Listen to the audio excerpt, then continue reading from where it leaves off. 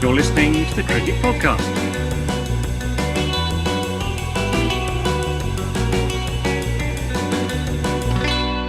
Hello, everyone, and welcome to the Cricket Podcast, where we have three topics for you today.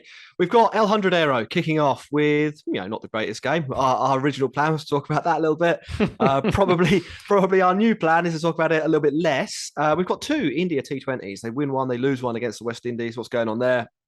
And the women are in action in the Commonwealth Games. We know the four semi-finalists at this point. There's one match left to play tomorrow to determine who finishes where. It's been a pretty good fun comp so far, and there's a little bit to chat about. I am Jack Hope. I'm joined by Max Rowe Brown.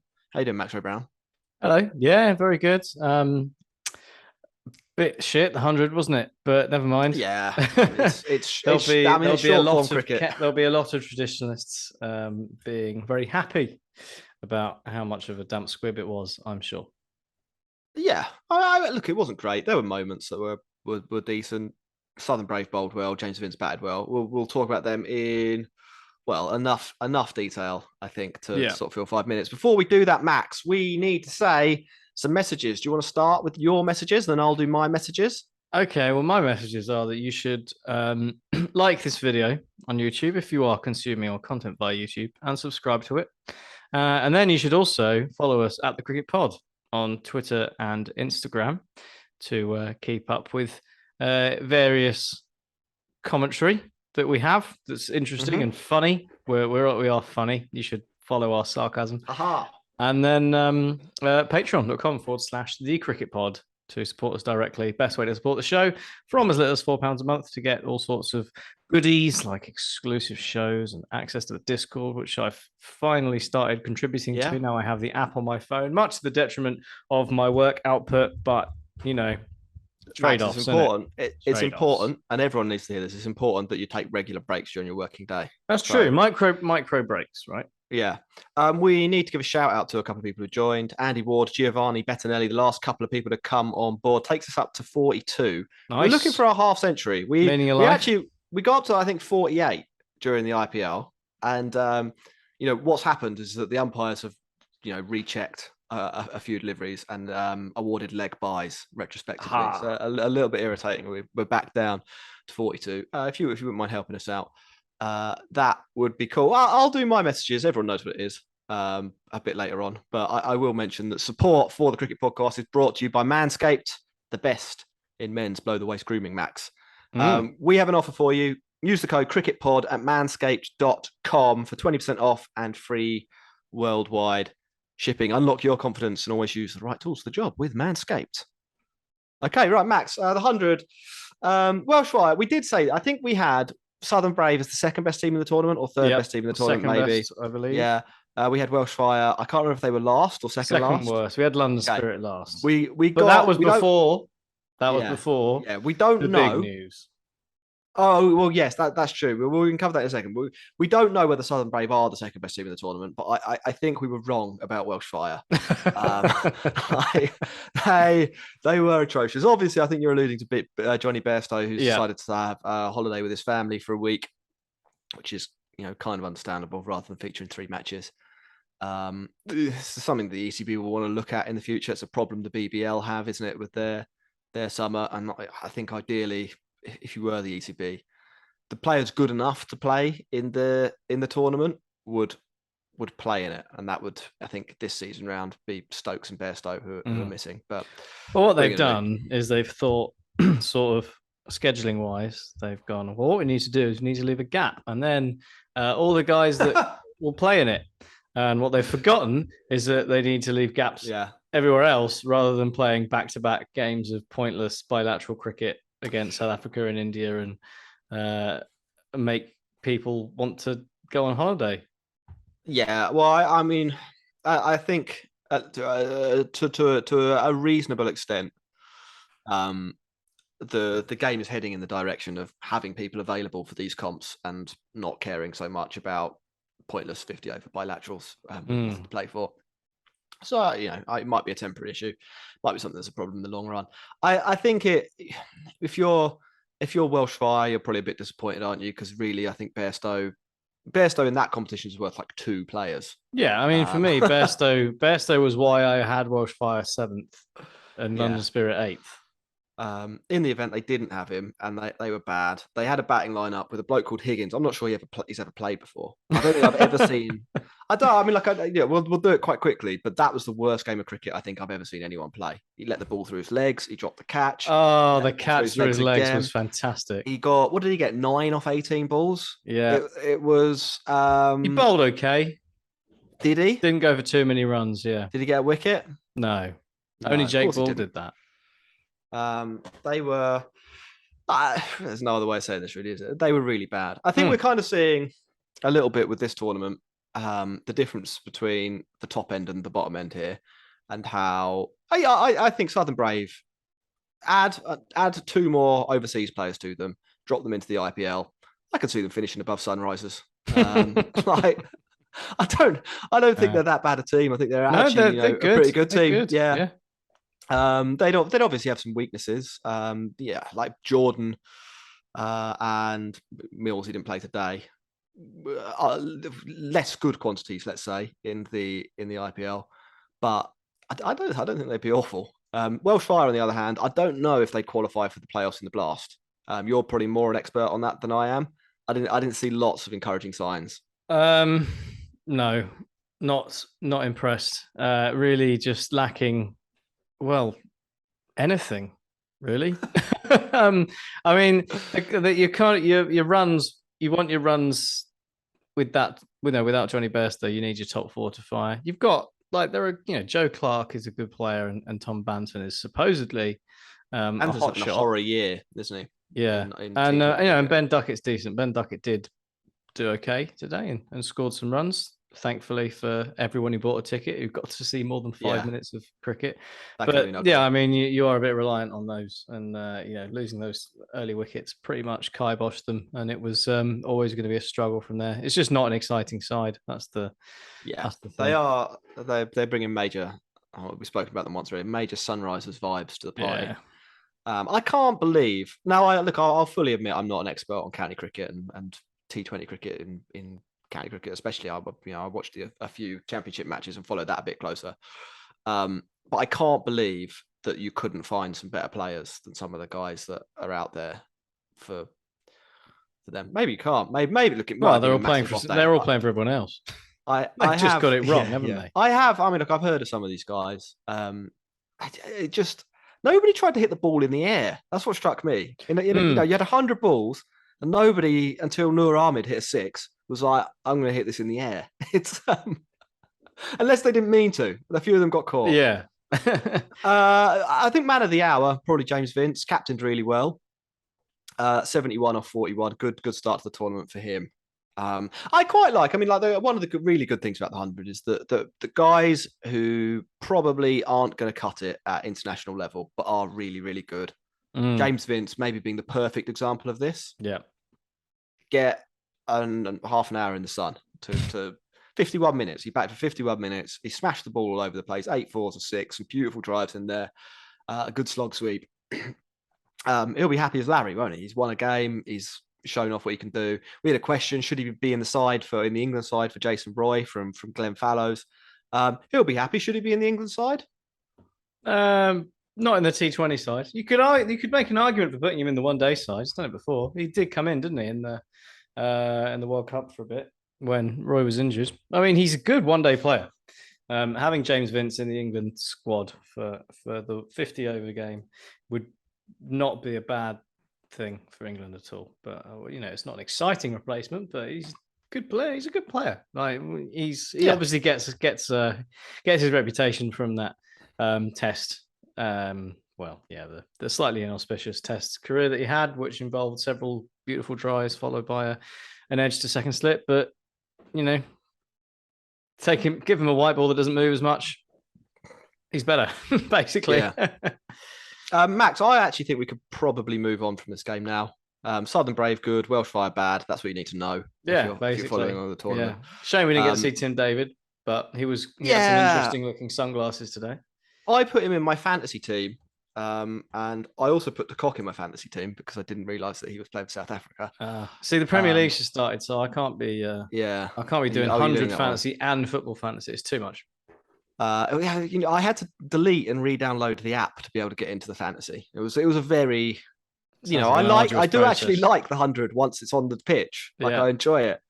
But they do make everything it hard for themselves. I mean, the thing we haven't talked about, probably the biggest thing was there was a 7-minute delay to the game. Yes, that's why the game was so shit. All the fireworks went off before it started. That was the problem. Joe Clark couldn't see the ball. Yeah, they actually had to stop traffic on the M20. You're joking? No, I'm joking. Oh, okay. But the game, they set off too many fireworks. There was a scene with not a scene. I mean, it looked like a scene. It was Anderson and Mo and the presenter Ishigua talking. Was it Ishigua? I think so. I wasn't. This just shows how closely I was watching. I was looking at the fireworks. There was like smoke. It looked like an opening shot to an action movie, like the Avengers. Is that an action movie? That's the Expendables. The Expendables. That's what I'm thinking of. That's what you want. It looked like Mo and James Anderson and Ishiguro were the Expendables, and Mr. T. Like, they're just blown up. The bad guys' base. Anyway, that was 100. It's back. There's a game every day, and then 2 games every day. A bit later after that, there may be actually 3 games on some days and 4 games on other days. There's lots of cricket for a month, and let's hope they're a bit better than this one. They will be. I mean, it's the downside to short form cricket, isn't it? I mean, it did seem strange opening with the winners against the losers. Essentially, you want to kick things off with something exciting. I thought that, and I also thought I quite like the look of the Rose Bowl, but it isn't a great ODI or not ODI white ball pitch. I think it's one of the lower scoring ones in the tournament. I'd have been like, put something. I know Ross wouldn't like this, but Headingley, there are loads of runs there. Put a game on at Headingley. Get like Manchester v Northern Superchargers. Basically, then you've got the rivalry plus the best venue for loads of runs. 2 solid teams. Not the end of the world. It's not the end of the world. Shit happens. Max, there has been some other cricket. What do we want to do next? Let's go for India West Indies. Do we also need to do a very quick bit on England against South Africa, the third T20?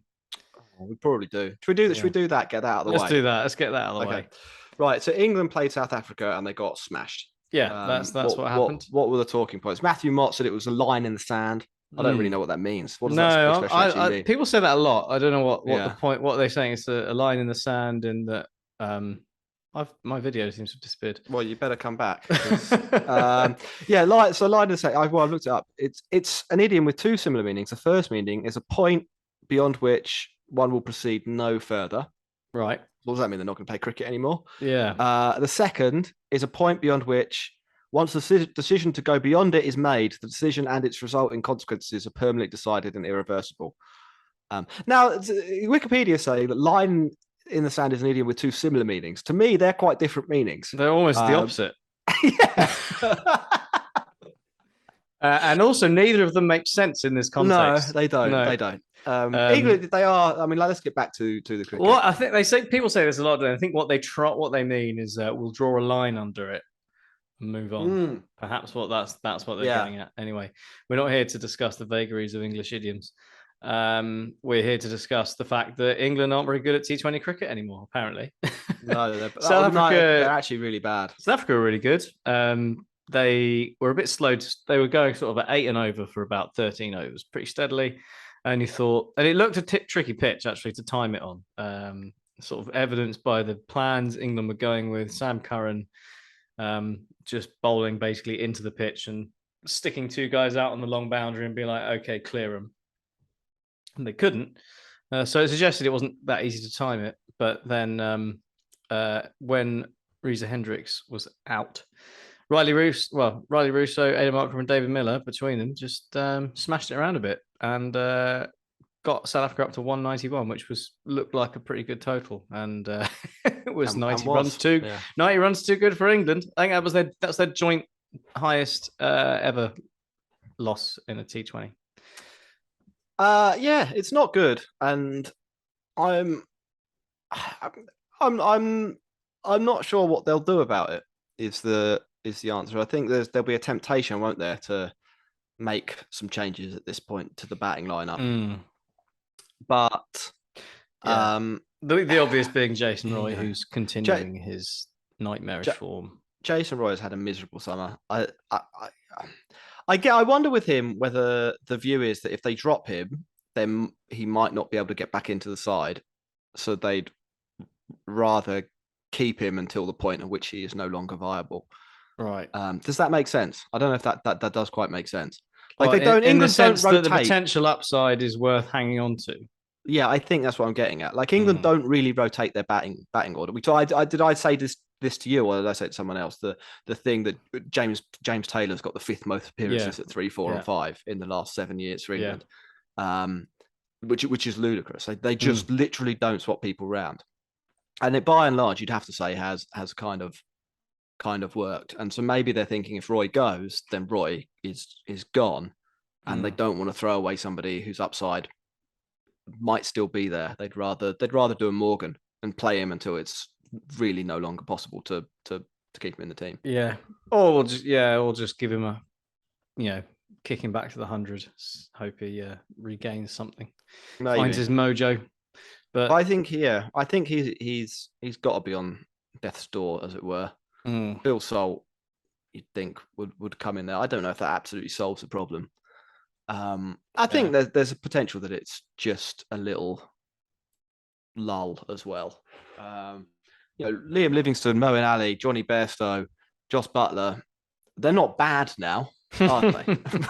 No, they're not. It's the bowling we've spoken about a number of times is not, it's not the bowling attack that England would want to have, but it's the bowling attack that we've basically got at the moment. David Willey bowled well. He came back in for Richard Gleeson. He did really well with the new ball, but that balance isn't going to work. David Willey, Sam Curran, Reece Sopley. It's not really interesting. It's not gonna get you that far, and the batting's not firing, so it's not clicking. But I don't think it's anything terminal. South Africa though, what I'd say for England, I think it could be a problem for the next 2 World Cups, so the T20 World Cup in October and the World Cup next year. I think in the long run, sort of 2 to 3 years, there are so many good white ball batters in England that they'll cycle through and find somebody that can come in and do it. It's just they need to decide when they do that cycling process, and I'm not sure they're prepared to do it a month before, 2 months before a World Cup. I think that's probably sensible. It might be. They might wish they'd done a little bit more of it. Yeah, it's like you go into it like a World Cup where you've got an Italy side with an average age of 32 that ends up actually being really competitive just because that's what they're like. You could get they could be Italy. That's a good point. Other England news, I think we've covered that.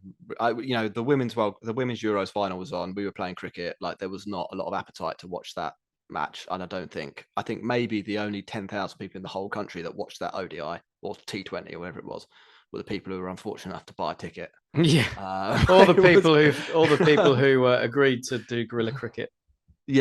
Oh, were you on? I was on. I was on studio duty as well. That's unfortunate. Yeah. The other thing is the test team. Ollie Robinson back in the 14. Probably the only real big news, I'd say. I think he's in for Jamie Overton. Jamie Overton's injured, so it's bad news for the Manchester Originals for the 100. It is. It makes sense. I think Ollie Robinson, I think, was thrown under the bus a little bit by John Lewis because he was unfit when it turned out he actually had a very bad back injury and he missed months and months of cricket. Been a bit unlucky with COVID and food poisoning. In the last couple of months. But he's properly England's best or second best bowler, I think. It'd be really good to have him back. Really good, especially in that sort of slightly older ball period. Well, that's it as well. I mean, you could say you drop Broad maybe and bring Robinson in. Anderson and Potts can open with the new ball. Probably suits both of them. 4 or 5 overs in, one of them can have a little rest. Robinson gets a go. They can come back for another spell, and before you know it, you're at 30 overs and you've bowled a lot of good, really, really high quality seam bowling. Yeah. And with like substantial difference as well. People say, "Oh, he's another right arm seamer." He bowls from like 9 foot up in the air. It is a lot different. It's like saying Kyle Jamieson and James Anderson are the same thing. Yeah. They're not. They're very, very different bowlers. And Robinson's accuracy as well is a weapon that England don't otherwise have. Although Potts has his moments, didn't he, where he looked very metronomic. Underrated accuracy, I would say, in Test cricket. Right, so that's England. Now are we going to India? Let's go West to India. Indies. West Indies. Final word. A final word on England, though. Well, cool. South Africa is that I'm quietly impressed by South Africa. I think I said before. That they were sort of they're a quietly good side. They're sort of around that middle area, but I think they're looking good. They could be a dark horse for the World Cup, not to win it probably, but semi-finals. Yeah, but look, I think the other thing is. And even in T20, I think especially in T20 cricket, we don't talk about this enough. I think the conditions will probably suit South Africa. Yes. Assuming they're not I say that like the BBL have played on some pretty atrocious pitches, some massive boundaries. So maybe that won't work. But if they're properly prepared, pace, fast-ish bouncy, Australian wickets, I would expect them to do pretty well in those conditions. Yeah. I think their bowling attack as well. People always look at the top 5, don't they? They don't look at the bowlers, but it's a good bowling attack. It really is. Yeah. You're listening to the Cricket Podcast.